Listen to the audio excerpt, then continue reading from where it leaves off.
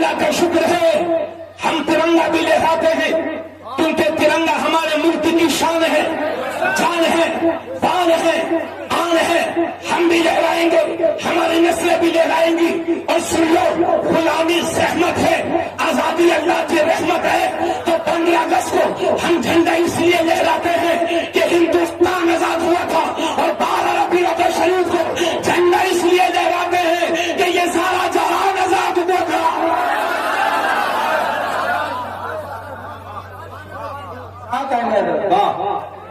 اللہ کا شکر ہے۔ اور حضرات، ہم سے ثبوت مانگا جاتا ہے کہ نیلا، ارے سنا تو بھیا، نہیں سنا، ہم سے پوچھا جاتا ہے کہ میلاد منانا کہاں لکھا ہے؟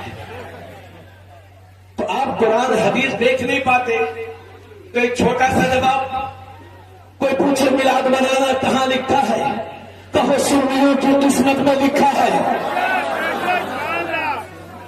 حوالہ نوٹ کرو، بخاری شریف کی حدیث ہے، میرے نبی کا سگا چچا ہے ابو لہب، اور یہ وہی ابو لہب ہے کہ جب میرے نبی نے مکے کی دھرتی پر، مکے کی پہاڑی پر لوگوں کو بلایا اور کہا اے لوگوں اللہ ایک ہے اور میں اس کا رسول ہوں، تو اسی مجمع میں ابو لہب بھی تھا۔ کہنے لگا تبا لک سائر اليوم لہذا جماعتنا، محمد تم ہلاک ہو جاؤ، معاذ اللہ تم برباد ہو جاؤ، کہ تم نے ہم کو اسی لیے اکٹھا کیا ہے۔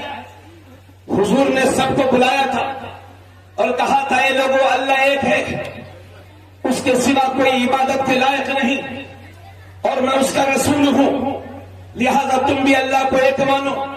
تو ابو لہب نے یہی گستاخی کی، تبا لک سائر اليوم لہذا جماعتنا۔ میرے نبی گستاخی سن کر کے خاموش رہے، نبی تو خاموش رہے، لیکن نبی کی طرف سے اللہ نے قرآن میں ابو لہب کی مذمت میں پوری سورہ اتار دی۔ نبی خاموش رہے لیکن جواب دیا اللہ نے۔ قرآن فرماتا ہے تبت یدا ابی لہب وتب، ابو لہب کے دونوں ہاتھ ٹوٹ جائیں اور وہ ہلاک ہو جائے، اور وہ ہلاک ہو ہی گیا۔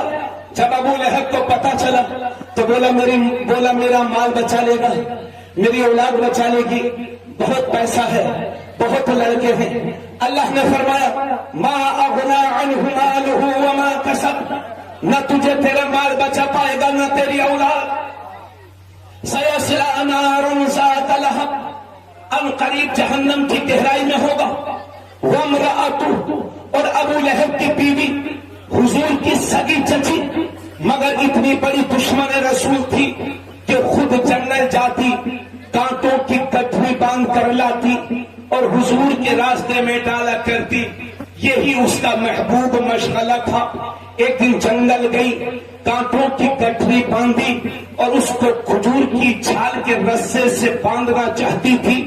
اللہ کا حکم ہوا، فرشتہ آیا، اس رسے کو نکالا اور اس کے گلے میں ڈالا، کام ختم۔ قرآن کہتا ہے وامرأتہ، اس کی بیوی حمالۃ الحطب، گٹھڑی اٹھانے والی، فی جیدہا حبل من مسد، اس کے گلے میں کھجور کی چھال کا رسہ۔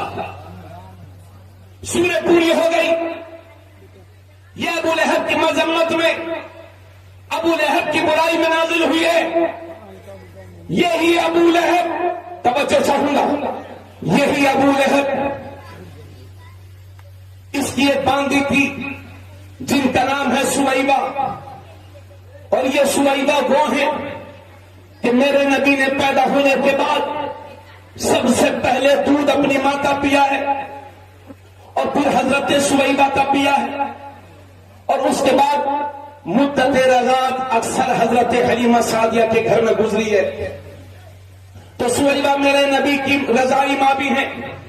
جب میرے نبی کے والد حضرت عبداللہ، ادھر دیکھیں توجہ کریں، حضرت عبداللہ صرف جب میرے نبی اپنی ماں کے پیٹ میں صرف 2 مہینے کے تھے تو 25 سال کی عمر پا کر حضرت عبداللہ دنیا سے تشریف لے گئے۔ 25 साल की उम्र पाकर हजरत अब्दुल्ला दुनिया से तशरीफ ले गए। और जब मेरे नबी की पैदाइश होने वाली थी तो अबू लहब ने कहा, सुवैबा देखो देखो मेरे भाई का इंतकाल हो गया है, तुम जानती हो मेरी भाभी आमीना अकेली है, उनके यहाँ बच्ची की विलादत होने वाली है, तुम जाओ और उनकी खिदमत करो।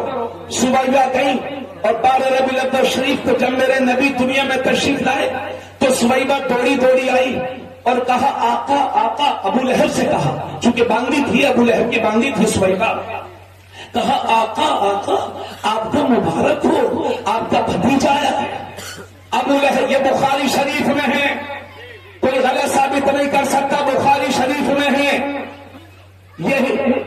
तो अबू लहब ने खुशी में या दाहिने हाथ की ये कलमे वाली उंगली उठाई और कहा, सुवैबा जाओ तुम आजाद हो, जाओ तुम आजाद हो।